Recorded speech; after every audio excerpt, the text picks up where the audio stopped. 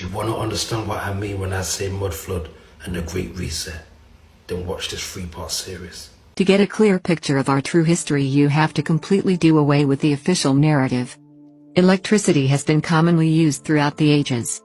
Our oldest structures, the pyramids, were electric generators. They transmitted energy to ornate obelisks of perfect symmetry and other receiving devices. From there, the energy was used to power mechanisms of all sorts, including apparatuses that are not a part of our present lives. It powered amazing edifices such as telepathy, healing and mood elevation, and maybe even time travel were practiced by the ancients. The energy was free, abundant, and did not harm the environment. The Tartarian Empire with its many provinces rose up. It was a benevolent society, more advanced, ethical and holistic than ours. Star forts were built, which are not forts at all but huge star-shaped circuitry areas. There are hundreds of these throughout the world in at least 35 countries. They radiated power from the Earth's internal energy grid. The Statue of Liberty is placed on an old star fort. The statue originally radiated light from its torch. It is native to America, and to fit the official narrative, the torch was extinguished and a story was made up that the statue was built in France as a gift. Russia was the center of the imperial Tartarian world, with the Kremlin in Moscow as its center. The books of Nehemiah and Ezra in the Old Testament is supposed to describe the dimensions of the Temple of Solomon. But it doesn't. What it does describe exactly is the dimension, walls, gates, towers, and the areas of the Kremlin. Much of the Old Testament and its literature was actually stolen from Tartaria and modified to create a fictional account of the history of Israel. This was done to sell their religion, which placed the converters in positions of power within other countries. The steps of the temple in Jerusalem are huge. Intermediate steps have been placed so that the average person can walk up the stairs. The temple was originally built for giants. Along with the huge steps, the doorway is enormous. Electrical energy was common throughout the Tartarian Empire. Obelisks not as elaborate as the former ones were erected. Other energy receivers located on top of temples are called stupas.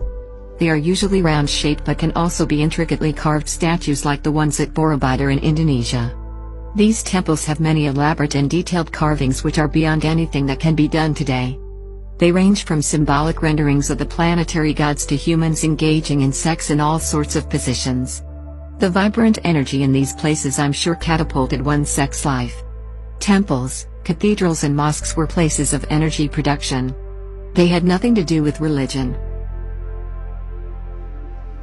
The greatest story never told, the mud flood reset. This is part 2. Pictures from the middle 1800s show the digging out of this mud flood in partially buried communities. Even today one can see buildings with the lower floor and its windows beneath ground level. Some of the recently dug out former streets which are underground are now tourist attractions. The Paris catacombs are the remains of people killed in the early 1800s by energy weapons. Cities across America have a date of conflagration and destruction where most of the old buildings were destroyed. The new controllers want the memory of the old culture removed. Look more closely at the old buildings in your town. Evidence of Tartarian work abounds. Are there old stone buildings with perfect symmetry and remarkable detail? That may have been converted to a city hall? Engineering marvels with marble pillars that are now federal buildings. Elaborate and lavishly ornamented buildings in big cities that now have the name of some corporation. What happened was the Freemasons came and took control of the Freemasonry.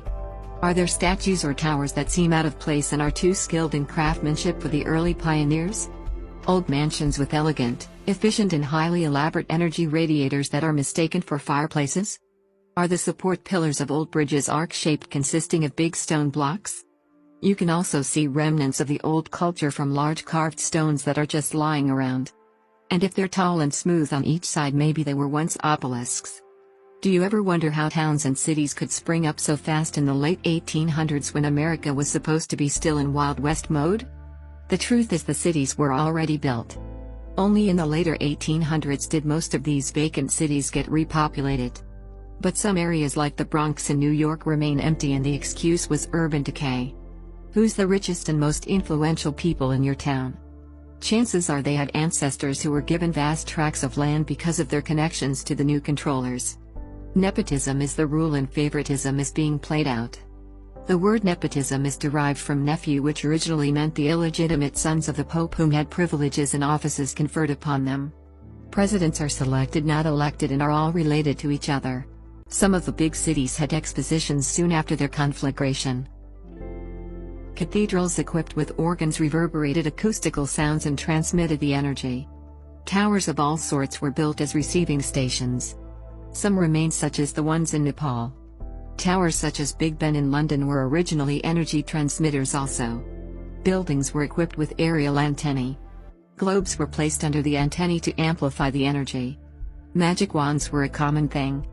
These scepters were energy conductors and so in a sense could cast spells.